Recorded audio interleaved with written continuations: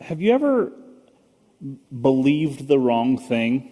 Like, you thought one thing was true, and then you operated your life as if that thing was true, and found out later that what you believed about that thing was detrimental. So we all know that there's lights on the dash of your car, right? And those lights mean something.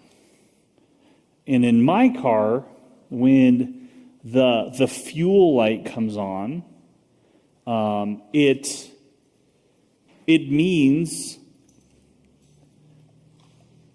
that I have about 10 more miles to go before I need to get gas. In my wife's car, I don't know what it means. I just know it doesn't mean that. There was a particular time we were actually headed. We were running late, and we were headed somewhere, and we were driving down Hover through the section of Hover that has no shoulder, and we were going to get gas, but like we hadn't gotten gas, and I had been driving the car before that, and I was driving at the time, and we the fuel light was on. It was on before we got into the car, and it wasn't a big deal because that 10 more miles, right? Well, we ended up running out of gas on the side of Hover, and I operated as if what I believed was 100% true, and then what that ultimately led was Melody jumped out of the car and ran down the side of the highway in her knee-high boots to get a gas can to come back, and so we could fill up and carry on with our belief. I don't know if you can imagine this. This set the tone for the rest of the outing that we had that day. Every time Melody's like, "Man, my little toe hurts from running in boots." I knew exactly what that meant. Unlike what the fuel light meant on the car, I knew what she was saying meant. It meant, don't ever do that again.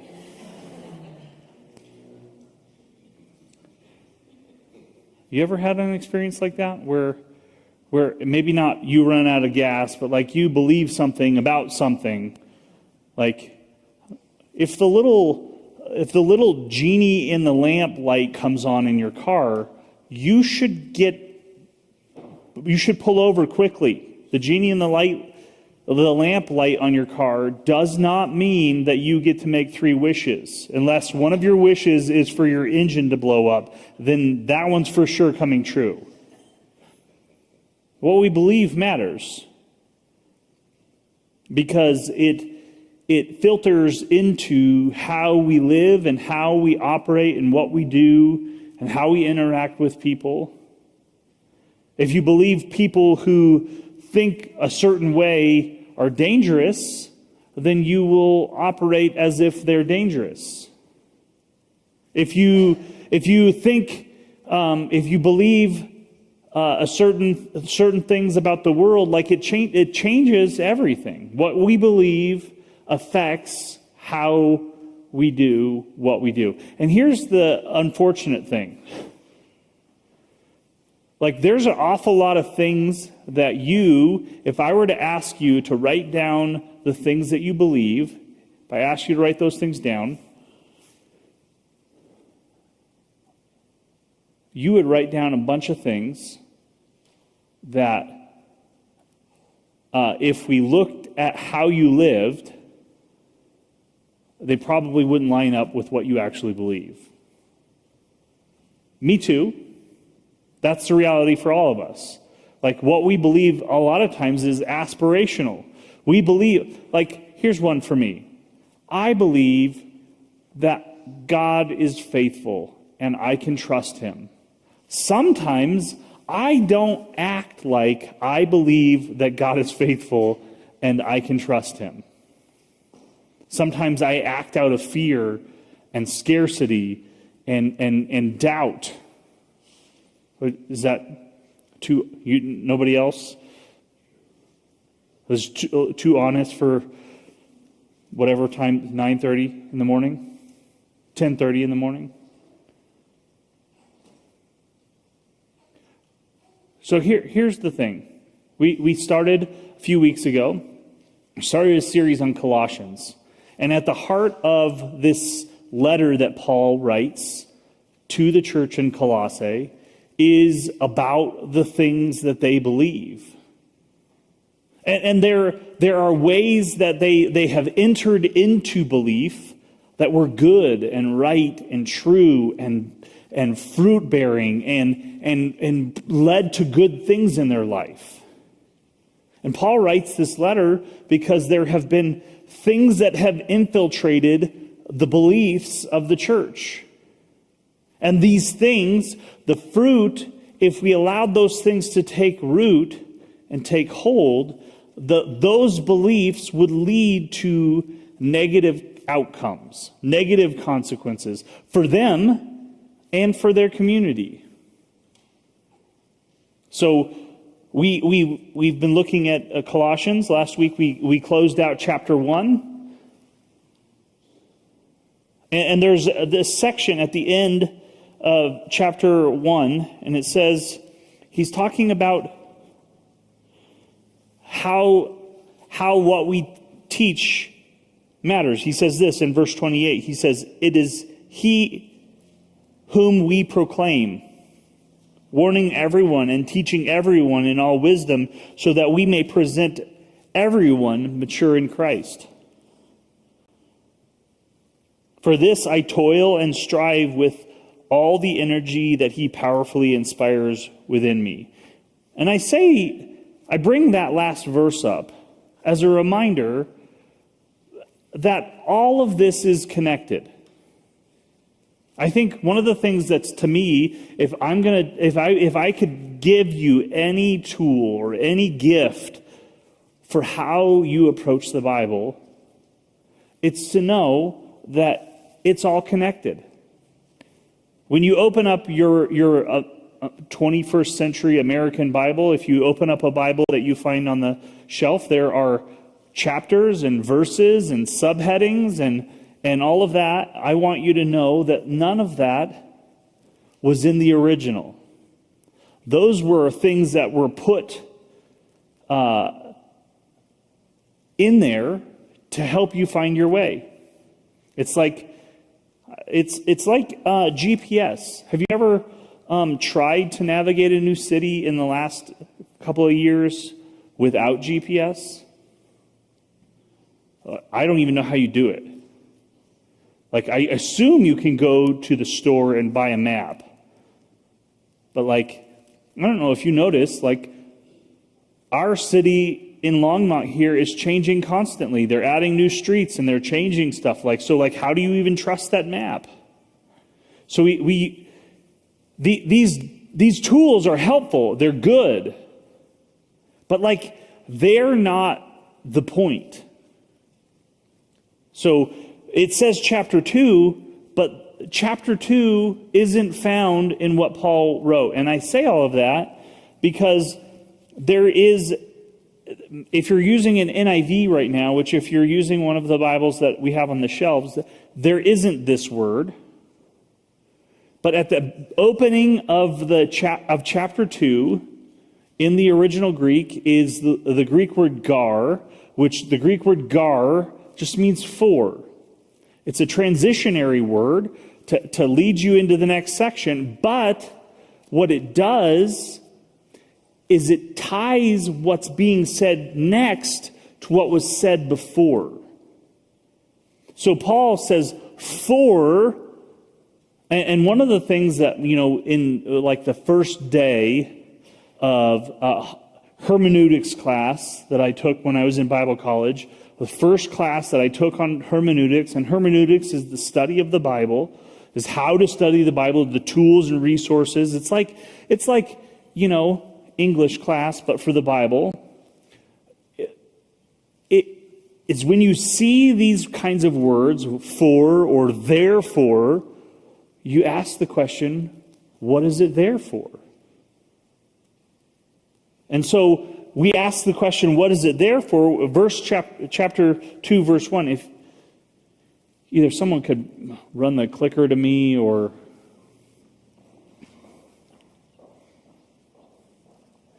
verse 1 says, "For I want you to know how greatly I strive for you." For this is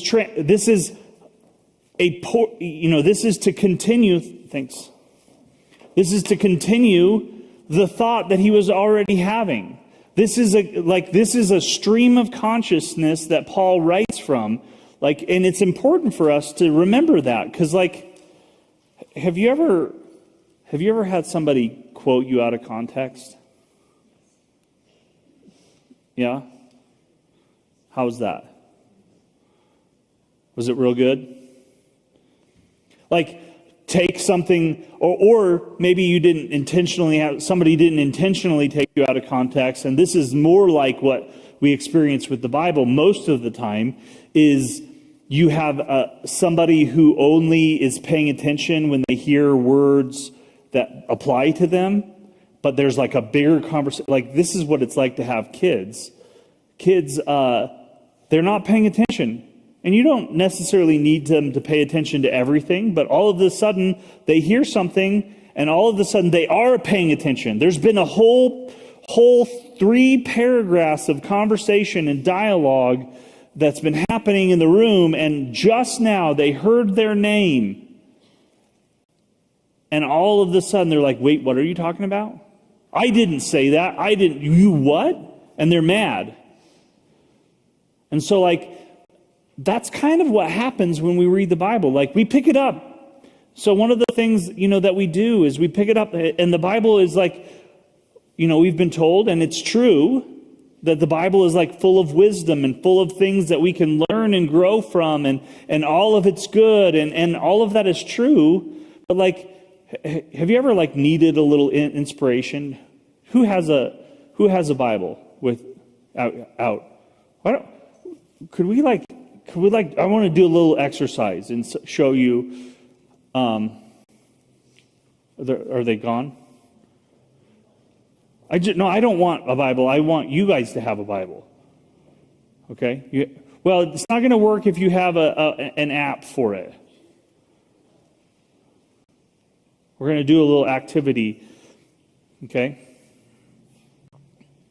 Have you ever needed some kind of inspiration? You need God to say something to you? You ever been there? You need it. You need to hear something from it.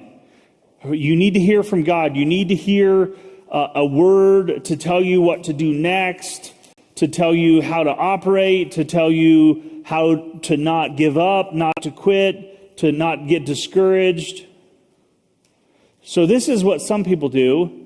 Why don't you they'll pray a little prayer, oh God, I need to hear from you, and we're going to take that Bible and flip it open, just anywhere, and then close your eyes and take your finger and point at just anywhere on the page. Okay? And just, if you could, shout out just the verse that your finger landed on. But what does it say? Woe to me, I cried. I am ruined, for I am a man of unclean lips, and I live among people of unclean lips, and my eyes have seen the King of the world. If the word that you needed was, man, I just can't get along with my mom, that might be good. That might be good. But like if the word that you needed was, I don't know what to do about, my job situation, or like I'm discouraged, maybe that's not a bad one. Anybody else? A quick-tempered person does foolish things, and the one who devises evil schemes is hated. That's good. I mean, that could apply to your situation. Here's the disadvantage of this method of trying to find biblical truth for you is most of us, like when we do something like this, we just flip it open to like somewhere in the middle. You know what that's going to miss? Anything that Jesus said.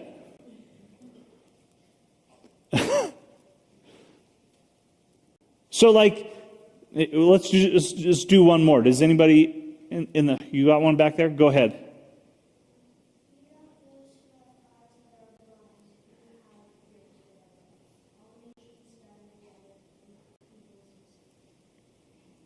Like, that could be like, that could say something to you in whatever situation. Like, oh, like I'm blind. That's actually half of the reason why you're here in the first place in this book trying to find something. But like, it doesn't lead you to the next thing. But the other thing is, I don't know if you know this, but like, what you're going through right now has nothing to do. Where did you find that, Alexa? Yeah, what you're going through has nothing to do with the reason why Isaiah was prophesying about why the people of Israel were in exile. So like here's the thing. This book that you have in your hands is a book of God, a book of what God. It's a book of God's words. It's a book of how God has interacted with the people. But most of the things that are written in there weren't directly written to you. So Paul writes this letter in Colossians to the church in Colossae. I don't know if you've ever been to Colossae. I don't even know if you even know where Colossae is. It's somewhere in Turkey. And moreover, I don't know if you know the things that the church in Colossae even struggled with. Like, they weren't facing an ugly presidential election right now. When they were facing, it's not going to help you. If you're depressed or you're anxious or you're worried about your job or you're worried about what's going on in the world, if you're worried about all of that, guess what? What you don't need is more of what you're already thinking. When I'm in a bad place, what I don't need is more of what I already believe. What I need is to have my perception of the world challenged. I need to have my lens checked. And so all of that to say, Paul writes this letter. He writes a letter to a church in Colossae, which is not far from another town called Laodicea. Laodicea, you find that town mentioned in the book of Revelation. It's the only letter to a church in the book of Revelation that you would have wanted to receive. All of the other ones are not nice. If John writes a letter to churches in the book of Revelation telling them, hey, you need to shape up, the only one that you would have wanted to receive out of all of those 7 letters to the 7 churches is the one to Laodicea. Paul is writing this letter in Colossae to a church that's just down the street from the church in Laodicea. And the last week we talked about the end of chapter 1. We talked about these ideas of what God, we talked a little bit about some of the beliefs of the people at the time. We talked about how there was a general idea within their context where people had to have secret knowledge to get at what God was trying to say. And so we start here in verse 1 of chapter 2, and he says, "For I want you to know how greatly I strive for you and for those in Laodicea, and for all who have seen me, who have not seen me face to face." Let me just say two things about that first verse. Much of what Paul writes is very pastoral. He has a deep concern for these people. He has a deep concern for the spiritual lives and the things that the people that he's writing to believe. And the word here, how greatly I strive. Some translations, if you're looking at the NIV, I think it says contend. How greatly, how deeply I contend for you. Like Paul has this burden. He has this burden for that what they believe is the right things, not because he's concerned about them being in the right club, but because what we believe has outcomes. What we believe has a consequence. When our beliefs go into our hearts and into our minds and begin to rewrite the way that we operate in the world, when they show up as like patches to our operating software, what we believe has an outcome. Have you ever updated your computer and then had it crash? Sometimes what we believe is like that.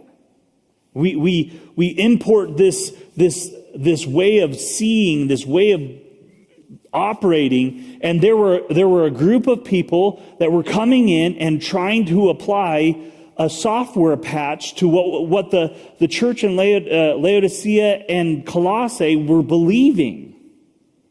And Paul was terrified because he got a pre-release of that software, and the code was dangerous.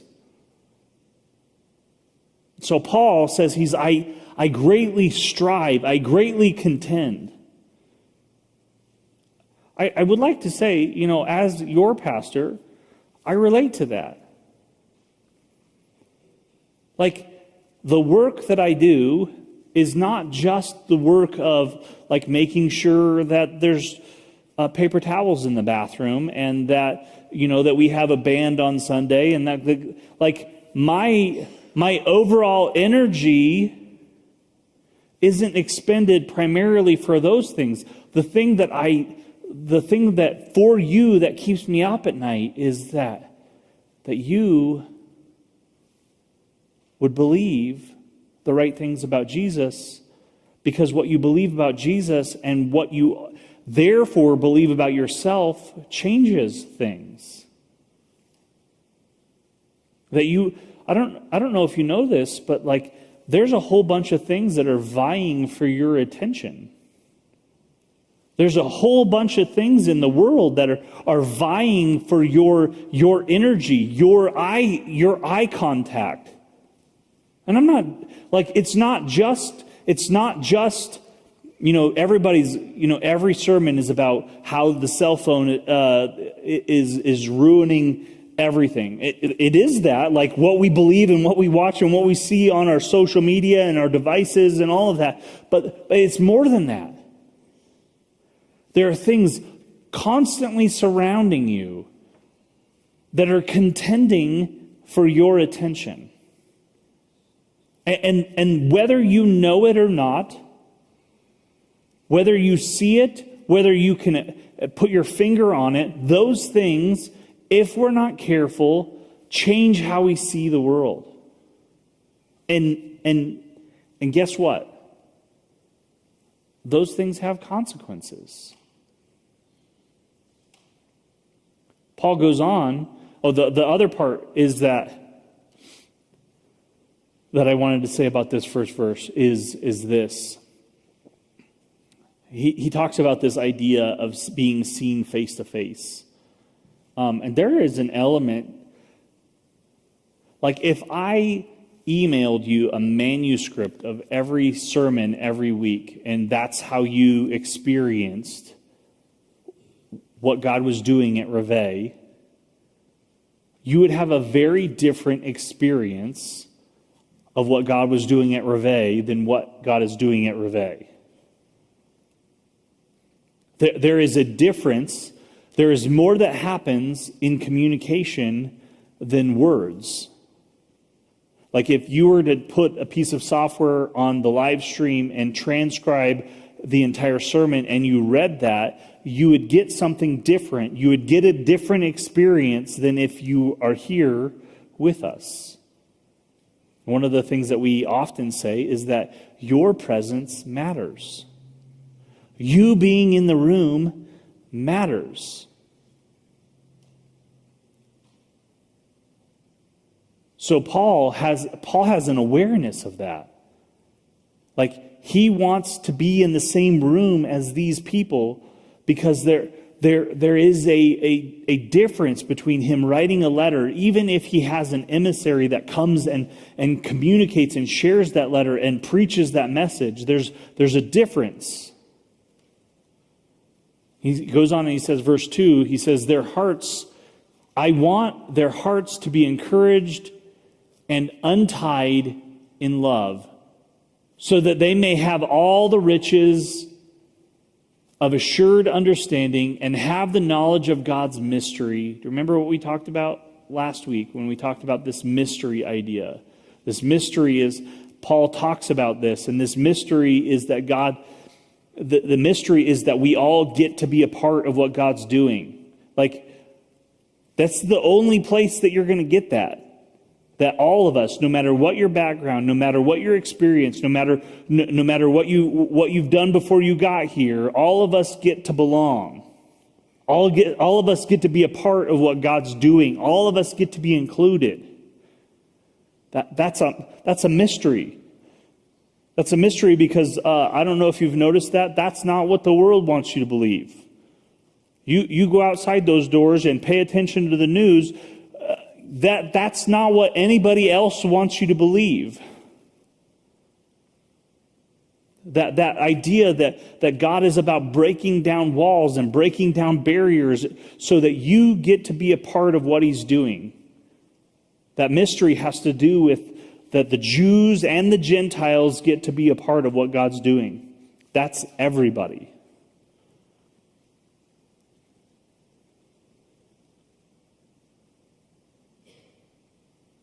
You may have all of the riches of assured understanding and have the knowledge of God's mystery.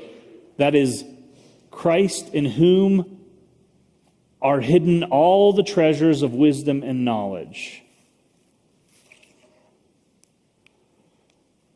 He said, I am saying this so that no one may deceive you with plausible arguments. You ever had that experience where like somebody's trying to communicate to you and they're telling you something that sounds really plausible, but it's not the right thing? That's why it's important for us to be paying attention. I'm saying this so that no one may deceive you with plausible arguments. For though I am absent in body, yet I am with you in spirit and rejoice to see your orderly conduct and the firmness of your faith in Christ. There's like an undertone of what he's saying. He's encouraging, hey, you need to stay firm.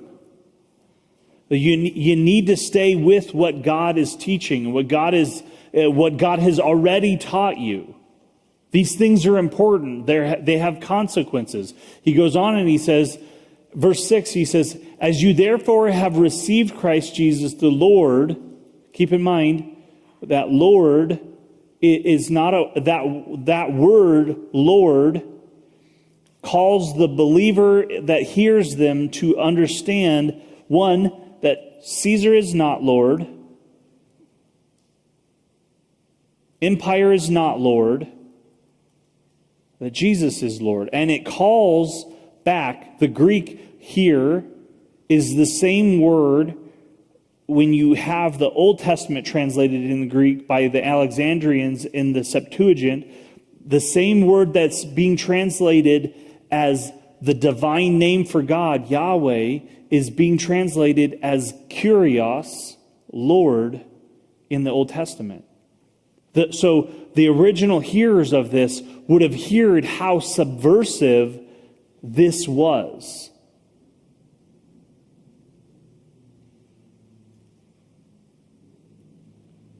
Jesus Christ the Lord continued to walk in him, rooted and built up in him and established in the faith just as you were taught, abounding in thanksgiving, just as you were taught.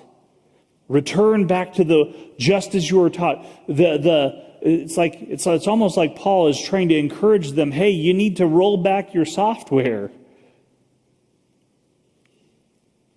Watch out that no one takes you captive through philosophy and empty deceit.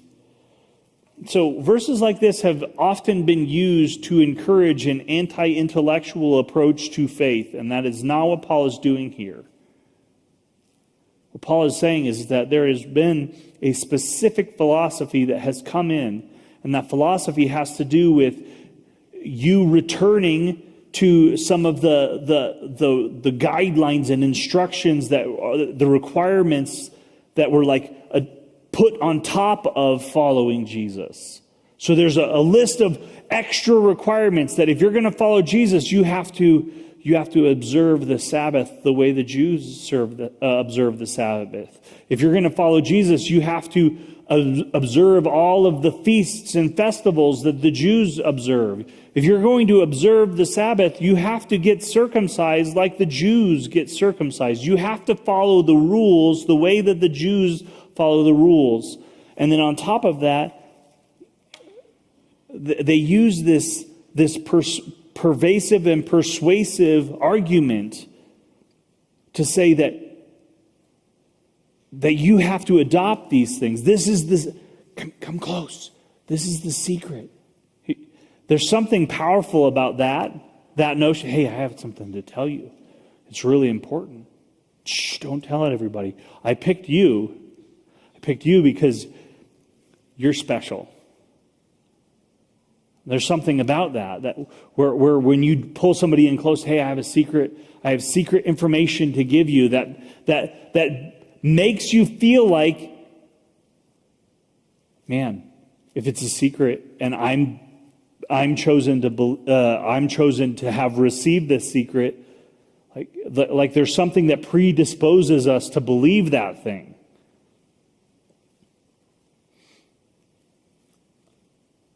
Watch out that no one takes you captive through philosophy and empty deceit, according to human tradition, according to the elemental principles of the world, and not according to Christ. For in him the whole fullness of deity dwells bodily, and you have come to fullness in him who is the head of every ruler and authority. In him, all of the fullness of deity, all of the authority, all of the power, all of the dominion, all of that dwells. Like you have this secret knowledge that if you follow these rules and follow it this way, the thing that you need to return to as a people, Paul says to this church in Colossae this. Don't be deceived by the empty philosophy. Return to the fundamentals, the foundation, and that fundamentals and that foundation is found in knowing who Jesus is.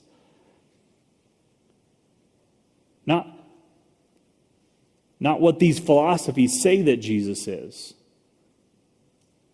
Like there's an awful lot of things out there to believe that people have slapped Jesus on.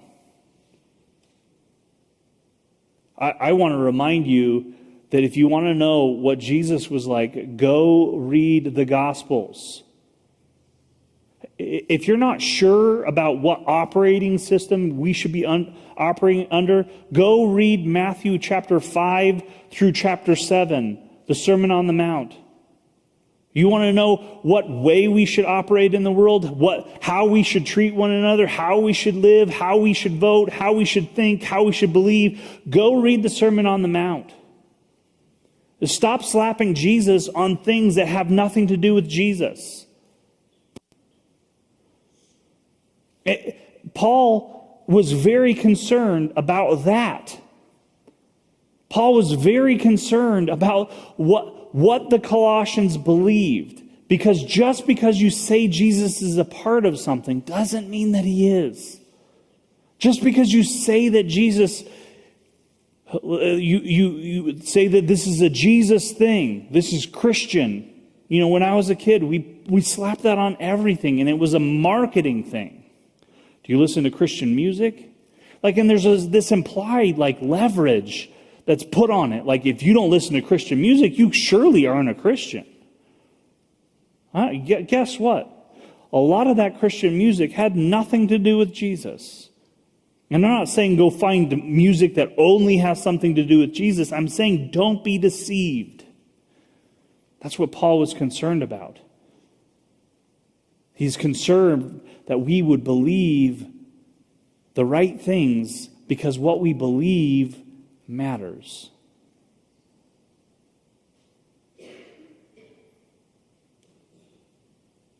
It's sometimes good for us to take a second and to recalibrate.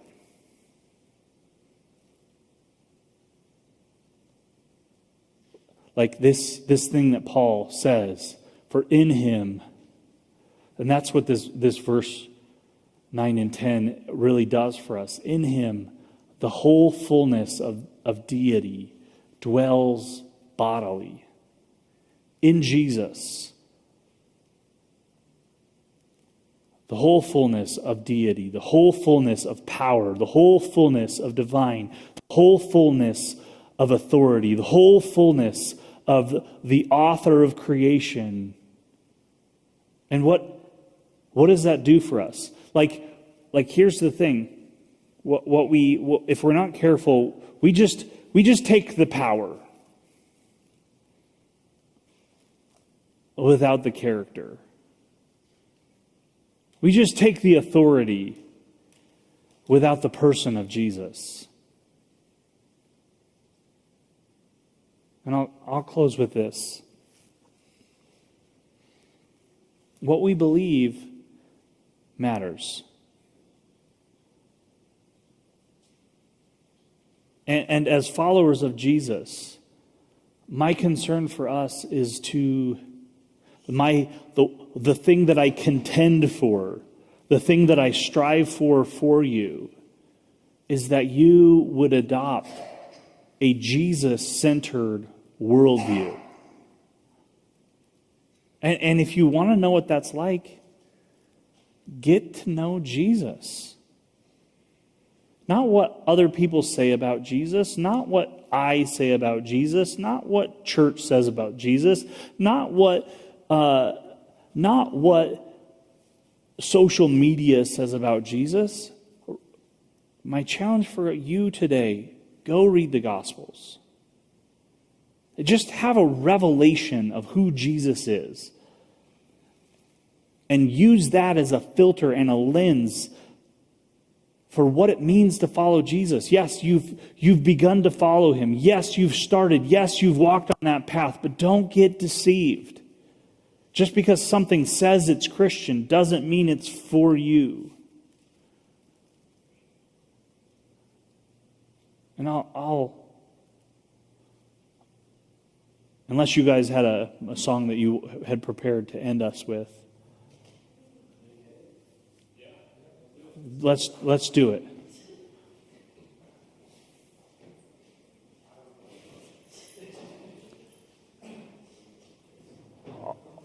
All of that. Like, it's easy to get distracted. It's easy to get discombobulated about what we believe. There's a lot of competing things that want your attention.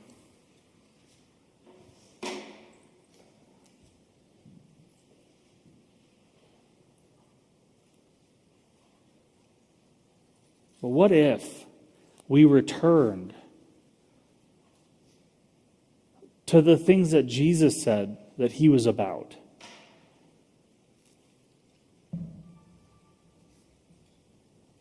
Jesus said, "Blessed are the poor in spirit."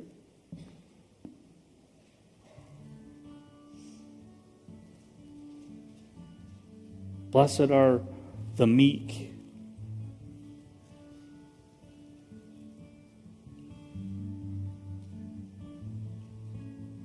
Jesus, when you watched the way that he interacted with people, there were times that he had strong words to say. So much of his strong words has something to say about how people used and operated in power. The work that Jesus was trying to do was, like you see at the end, a few weeks ago, we talked about Mark chapter 10, where Jesus has this encounter, and then he invites all of these kids around and he blesses them and says to his disciples, "This is how I want you to see the world."